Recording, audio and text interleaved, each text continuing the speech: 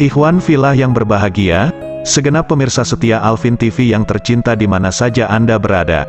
Aku doakan, semoga para sahabat senantiasa dalam lindungan Allah Subhanahu wa Ta'ala. Amin amin ya robbal alamin.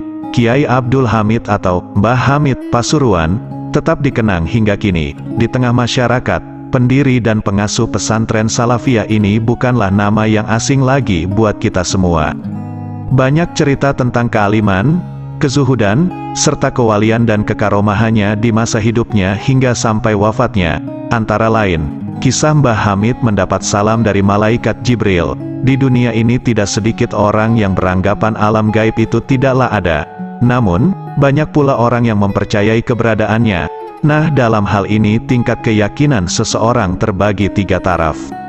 1. Ilmul yakin, 2. Ainul yakin, 3. Hakul yakin. Orang-orang yang telah menggapai hakul yakin sudah barang tentu 100% akan percaya pada ketetapan atau ketentuan Allah seutuhnya, termasuk di dalamnya percaya akan adanya hal yang gaib.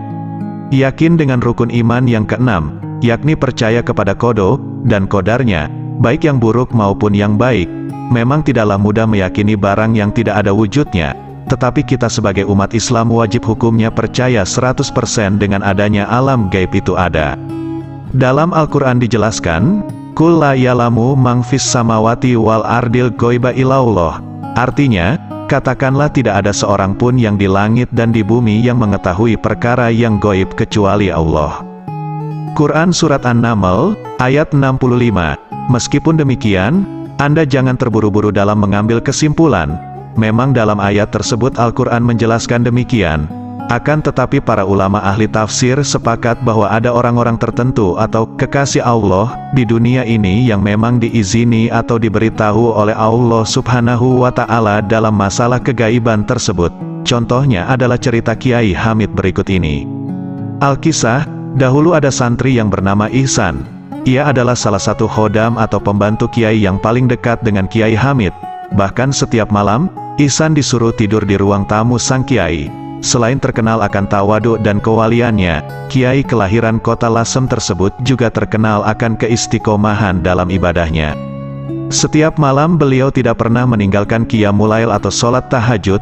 Pada suatu malam tepatnya pukul 00 istiwa, setelah melakukan salat tahajud Kiai Hamid membangunkan Ihsan. Ihsan, Ihsan, tangio nak. Ihsan, Ihsan, bangunlah nak. Begitulah cara halus Kiai Hamid saat membangunkan santrinya. Ihsan pun bangun. Sambil mengucek-ucek matanya ia berkata, "Wonten nopo Kiai?" "Ada apa Kiai?" tanya Ihsan. "Awak musaiki sembahyango terus lemari ngunu moco ho Al-Fatihah ping 100, banjur lewes rampung. Awakmu metu nang ngarepe gang pondok, deloen onok opo nang kono." Maksudnya, sekarang kamu tunaikanlah sholat, lalu sesudah itu kamu baca surat Al-Fatihah sampai 100 kali, kalau sudah selesai kamu keluarlah ke gang pondok, lihatlah ada apa di sana, perintah Kiai Hamid. "Inggih Kiai," jawab singkat sang santri. Ia pun langsung pergi ke kamar mandi untuk berwudu. Singkat cerita setelah Ihsan membaca surat Al-Fatihah, lalu ia keluar dari gang pondok tepatnya di Jalan Jawa, atau yang sekarang namanya berubah menjadi Jalan Kiai Haji Abdul Hamid. Pada waktu Ihsan keluar dari pondok, jarum jam kala itu menunjukkan tepat pukul 1 dini hari. Nyanyian jangkrik senantiasa mengiringi langkah kaki Ihsan, terangnya sinar rembulan menjadi penerang jalannya.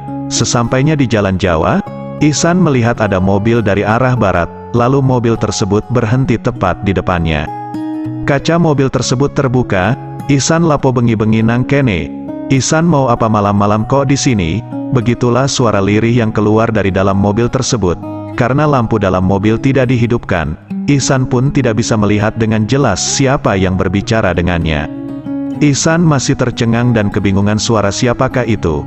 Akhirnya pintu mobil itu pun terbuka dan yang keluar adalah Ibu Nyai Hajah Nafisah Ahmad istri Kiai Hamid. Ternyata yang ada di dalam mobil tersebut adalah rombongan Ibu Nyai Hajah Nafisah yang datang dari Jakarta. Ihsan masih belum menjawab pertanyaan yang tadi. "Yo wes ketepaan lek ngono. Tolong gawano barang-barange sing nang enjero montor, mesisan ambek barange bojone man akib." Artinya, ya sudah kebetulan. Kalau begitu tolong bawakan barang-barang yang ada di dalam mobil, sekalian dengan barangnya istrinya Paman Akib, perintah Ibu Nyai Nafisah. Tanpa pikir panjang, Ihsan pun langsung menurunkan semua barang yang ada di dalam mobil.